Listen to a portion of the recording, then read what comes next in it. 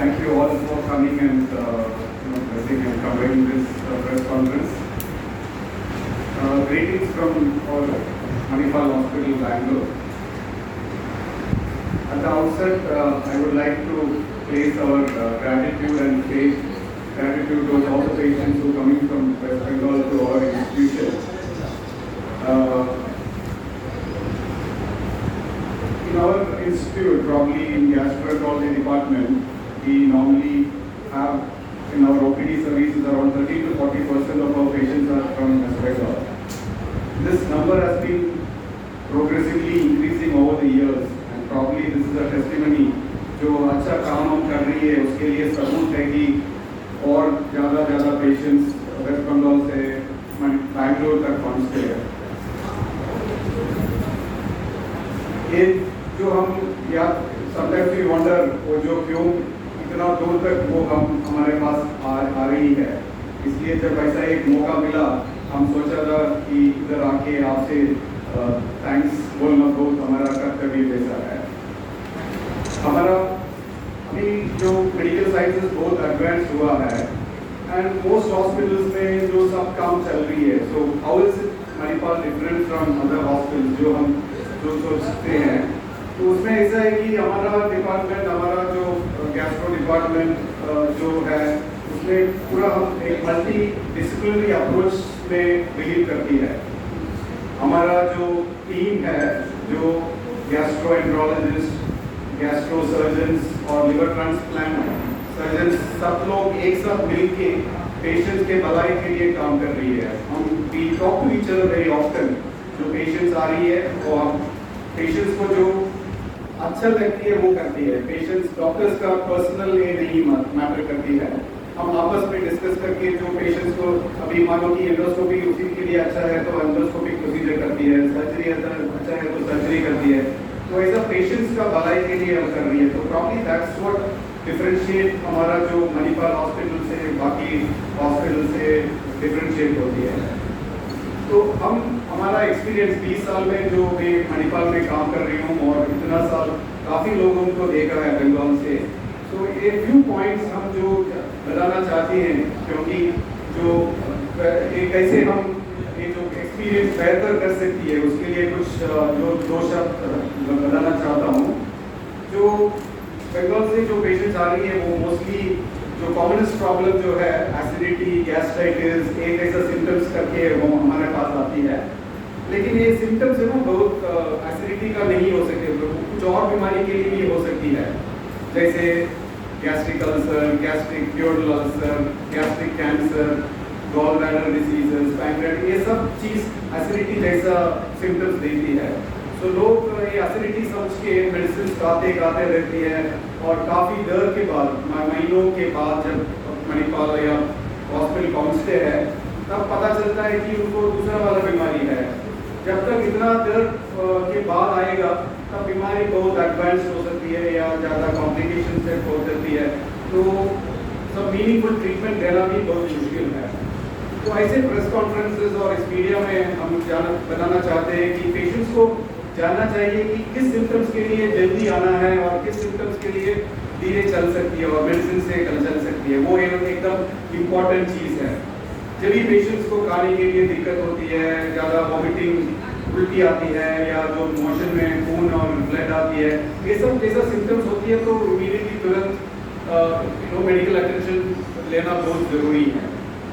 दूसरा एक चीज़ है कि जॉन्डिस, हम देखते हैं कि जब जॉन्डिस एक बीमारी नहीं है, जॉन्डिस जो लिवर का या बाइल डक्ट का कुछ बीमारी की वजह से जो आंखों में पीलियापन होती है, तो वो तो एक बीमारी नहीं है। काफ़ी लोग ऐसे समझते हैं कि ये जॉन्डिस से अपने आप चला जाएगा और इसको रखते हैं 4, 5, 6 महीने के बाद आराम से आती है। जब तक प्रॉब्लम लिवर एकदम उठ जाता है, एकदम खराब हो जाता है, तब सिरोसिस भी बन जाती है, तब उस स्टेज में ट्रांसप्लांट के अलावा कोई उपाय भी नहीं हो सकती है। तो ये जो दूर करना है, तो जब सिम्टम्स आती है तब इमीडिएटली हॉस्पिटल में आके जो करना है। कोई जॉन्डिस जो गंदा पानी से हो रही है, जो इन्फेक्शन होती है, hepatitis A infection, hepatitis E, ये सब अपने आप ठीक हो जाता है। कोई मेडिसिन लो ना लो तो भी वो अपने आप ठीक हो जाता है। लेकिन काफ़ी बीमारियाँ जो है इनिशियल स्टेज में पता करके इसको लाइट ट्रीटमेंट दिया तो अपने आप मतलब अच्छा सक्सेस और अच्छा रिजल्ट मिलेगा। लेकिन रखते रखते तो जो कैंसर का एक इनिशियल स्टेज पे जॉन्डिस हो सकती है, कैंसर से भी जॉन्डिस होती है, तो वो चीज़ ऐसे रखने से कुछ साल के बाद, कुछ महीने के बाद ये कैंसर स्प्रेड हो जाता है और सर्जरी और कुछ नामुमकिन हो पाती है। तो कंट्री में कहीं पे है ज़्यादा है, तो बंगाल में भी बहुत ज़्यादा है। काफ़ी लोग हमारे पास जो बंगाल से आ रही है उन लोगों में फैटी लिवर बहुत ज़्यादा लग रही है। कोई और बीमारी के लिए जब आती है, हम जब टेस्ट करके देखते हैं कि 50% लोगों में फैटी लिवर होती है। फैटी लिवर उनको कोई सिम्टम्स नहीं होती है, तो डॉक्टर्स और बाकी पेशेंट्स भी उसको इग्नोर करती है। वो बोलेंगे कि सबको है, क्या करना है, इसी से कुछ नहीं होगा। लेकिन फैटी लिवर ठीक से ठीक नहीं करती है, ट्रीट नहीं करती है, तो 4-5 साल 6 साल के बाद धीरे धीरे वो जो लिवर सर्रोसिस बन जाती है। सब लोगों में नहीं होती है, लेकिन 40-30% पता करके इसको आइडियल ट्रीटमेंट लाइफस्टाइल मॉडिफिकेशन किया तो ये सब दूर करना बहुत आसानी होगा। तो ही हमारा जो what we intended to do is to educate patients worried about when you have which symptoms would make you need to come and meet the doctor much earlier। ये सब बहुत इम्पोर्टेंट चीज़ है। नमस्कार सभी लोगों को, और प्रसन्न जी आए हैं तो हमारे पेशेंट है और अभी तो हमारे दोस्त भी हैं, तो सभी लोगों को धन्यवाद जो यहाँ पे आए हैं। तो जैसे डॉक्टर राज ने कहा, तो मणिपाल हॉस्पिटल को पेशेंट्स नॉर्थ ईस्ट और बंगाल से बहुत दशकों से लोग आ रहे हैं। तो हमारा डिपार्टमेंट का ये एक खासियत है कि हम सारे लोग गैस्ट्रोएंटरोलॉजी डिपार्टमेंट के अंदर काम करते हैं, और कुछ लोग डॉक्टर राज जैसे हैं जो फिजिशियंस हैं और बहुत उन्नत दर्जे का एंडोस्कोपी वगैरह करते हैं, और मैं एक लिवर सर्जन हूँ। मैं भी गैस्ट्रोएंटरोलॉजी डिपार्टमेंट में ही काम करता हूँ। पर इसका क्या ज़रूरत क्यों है कि सर्जन भी काम करे, फिजिशियन भी काम करे डिपार्टमेंट में? ये इसीलिए है क्योंकि जो पेशेंट गैस्ट्रोएंटरोलॉजी डिपार्टमेंट में आता है उसको पता नहीं रहता है कि उसको दवा चाहिए या एंडोस्कोपी चाहिए या ऑपरेशन चाहिए। तो मणिपाल हॉस्पिटल में ये खासियत है कि हम सारे लोग गैस्ट्रोएंटरोलॉजी डिपार्टमेंट के अंदर काम करते हैं। तो पेशेंट आता है गैस्ट्रोएंटरोलॉजी डिपार्टमेंट में, एक डॉक्टर से मिलता है कि उसको ये फलाना तकलीफ है, ये तकलीफ है, मीडिया है या गैस्ट्राइटिस है, पेट का दर्द है, गांठी है। तो जो भी डॉक्टर उसको देखता है तो उसका जांच करके उसका उचित ट्रीटमेंट क्या है उस हिसाब से वो दूसरे डॉक्टर के पास भेजता है। मुझे लगता है कि ये सबसे खास बात है हमारे डिपार्टमेंट में कि सारे विभिन्न तरह के डॉक्टर लोग एक डिपार्टमेंट में बैठ के काम करते हैं। एक और तरीका है कि इंटरवेंशन रेडियोलॉजी, तो लिवर के अंदर ट्यूब डाल के उसका ट्रीटमेंट करना, स्टेंट डालना लिवर के अंदर, ये सभी फैसिलिटीज भी हमारे डिपार्टमेंट में उपलब्ध है। तो we call this multidisciplinary team care, and this is being practiced in Manipal Hospital for decades now. So this is one of the most important things। ये खासियत मैं सारी जनता तक पहुंचाना चाहता हूँ। तो ये डॉक्टर राज ने भी कहा।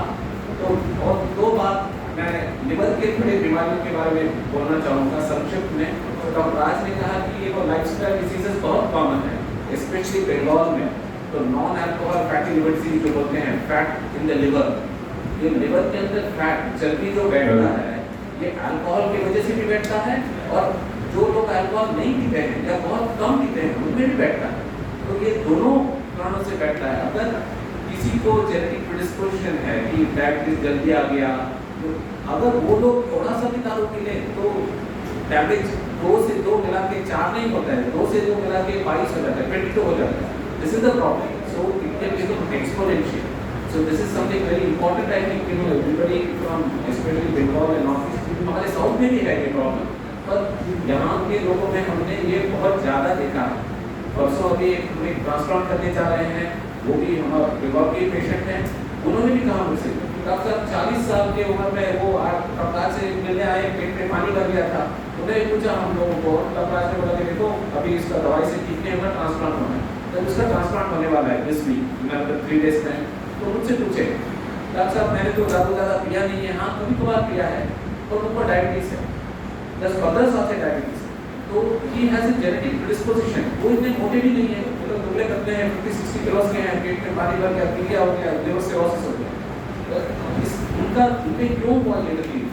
क्योंकि उनको पहले से ही उनके बॉडी में ही had a disposition to fatty liver, उसके ऊपर थोड़ा दारू पी लिया और दो और दो मिला के 4 नहीं हुआ, 2 और 2 मिला के 22 हो और प्रॉब्लम कॉम्पाउंड है। So this is a very important thing, everybody should understand कि जो बाहर के लोग पीते हैं या बाहर के लोग जो खाना खाते हैं वो हम लोग इंडियंस हैं, हमारा बॉडी कॉम्पोजिशन और जेनेटिक डिस्पोजिशन अलग है, और जो बाहर चलता है वो बाहर होते हैं कि हाँ इतना एक हफ्ते में 2 बॉटल दारू पी सकते हैं, पर हमारे इंडिया के लोगों को ये फिट बैठता नहीं है, क्योंकि हमारा बॉडी साइज कम है and we have a genetic predisposition to some other liver problem. So this is